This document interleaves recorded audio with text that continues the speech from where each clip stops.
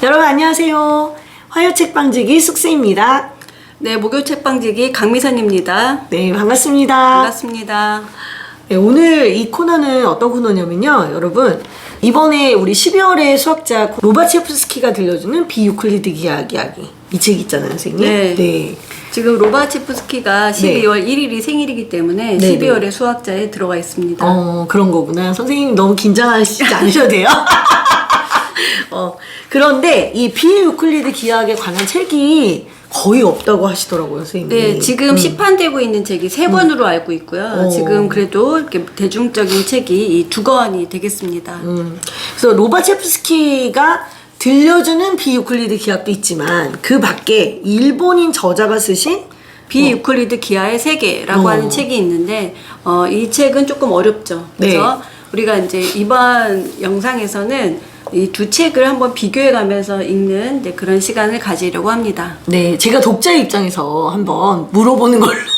아니, 왜냐면 사실 저는 비유클리드 기하학이 어렵습니다. 그래서 이제 제가 어려우니까 여러분이 저한테 빙의해서 이제 하시면 된다. 이렇게 생각합니다. 제가 일단 궁금한 거를 먼저 좀 여쭤봐야 될 것 같아요. 일단, 이런 책은 누가 보나요? 아니 이런 책을 누가 봐요, 선생님? 네. 로바체프스키가 들려주는 비유클리드 기하학 이야기는 학생들이 많이 볼 거예요. 한 5학년 이상? 5학년 이상? 학생들도 재밌을 것 같고요. 그리고 이 비유클리드 기하의 세계라고 하는 책은 아무래도 성인들, 전공자나 아니면 취미로 수학을 하시는 분들이 관심 있어 하실 것 같습니다. 일단 이제 비유클리드 기하에 대해서 설명을 드리면 우리가 이제 유클리드 기하라고 하면 그냥 평면으로 이루어져 있는 세계예요. 근데 우리가 살고 있는 이 세계는 평면으로 이루어져 있지 않죠. 그렇죠. 우리가 지구 위에 있잖아요. 맞아요. 그러니까 우리는 공면 위의 세계에서 살고 있습니다.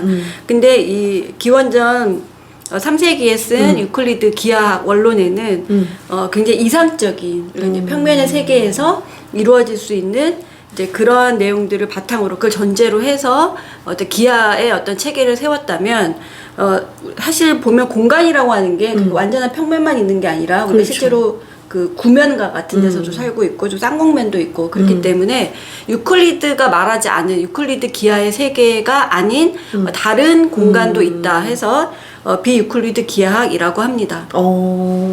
그럼 현실 세계에는 오히려 더 이게 더 맞는 거네요, 선생님. 그렇죠. 네, 맞습니다. 괜히 비유클리드라고 하니까 뭔가 좀 되게 어려운 거. 유클리드도 어려운데. 그러니까 유클리드가 아닌 뭐 약간 이런 생각이 드는데 그 유클리드 이외의 기하학 이렇게 생각하시면 될 것 같아요.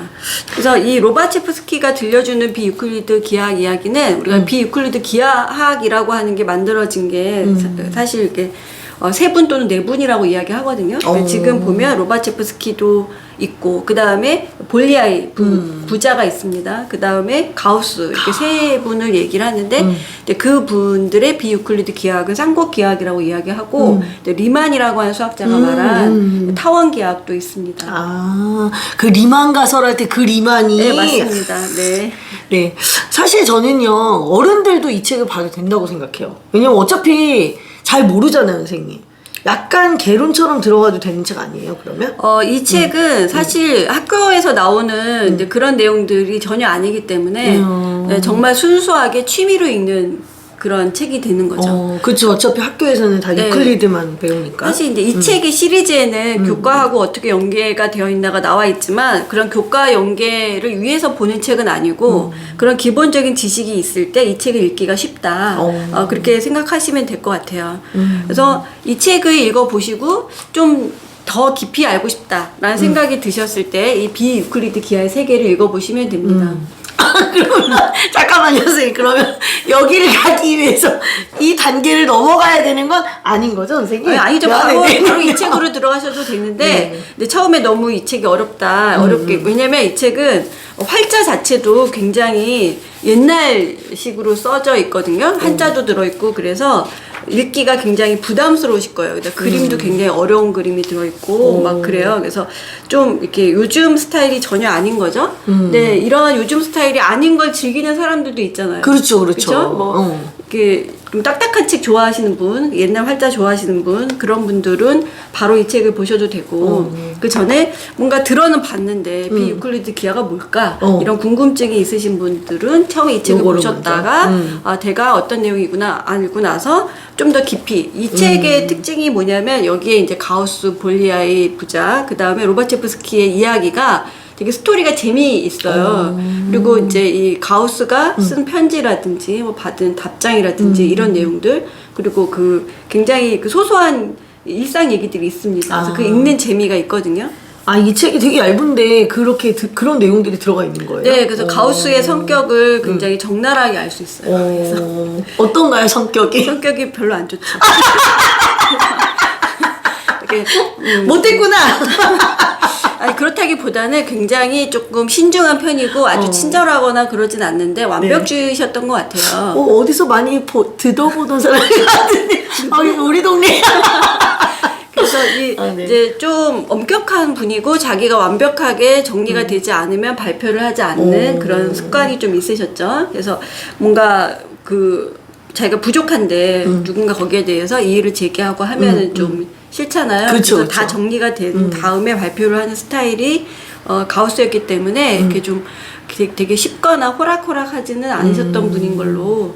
근데 보통은 이제 수학자에 대해서 업적만 이야기하잖아요. 네. 성격에 대해서 우리가 알기는 어려운데 그쵸. 이렇게 한 인물로. 근데 다른 세계사 인물들, 정치인들이나 이런 분들은 에피소드가 되게 많고 되게 인간적으로 다가갔는데 수학자는 뭐 무슨 정리해가지고 그쵸. 예, 그 사람 이름이나 또 그런 업적만 안단 말이에요. 근데 이런 책을 통해서 소소한 어떤 인간적인 거, 우리가 좀 좋아하든 좋아하지 않든 그런 얘기들이 있으면 더 가깝게 느껴지는 것 같아요. 선생님, 이 책의 그 부분이 마음에 드셨던 네, 거예요? 네, 네, 아, 그렇구나. 여기에 중간에 이 책은 저자가 굉장히 독특하게 자기만의 설명 형식으로 썼어요. 그래서 좀 따라가기가 어려운 부분이 있고, 앞에 서문에도 통독하기를 바라진 않는다. 그래서 다 읽으면 좋겠지만 뭐 안 읽어도 상관없다. 적당히 넘어가면서 봐라 이렇게 써 있더라고요, 진짜로. 네, 그리고 뒤에 이제 부록이 있는데 더 알고 싶으면 이 부록을 보면 되고 해서 그 앞뒤에 그런 내용들이 있고요. 중간에 그 가우스나 이런 역사에 대한 얘기가 있어요. 그래서 그 역사 얘기가 많이 재미가 있습니다. 그래서 먼저 그렇게 얘기를 듣다가 나중에 또 시간 될 때 다시 보고, 이거 한 번만 읽는 책은 아니기 때문에 계속 읽고 그러면 좋고요.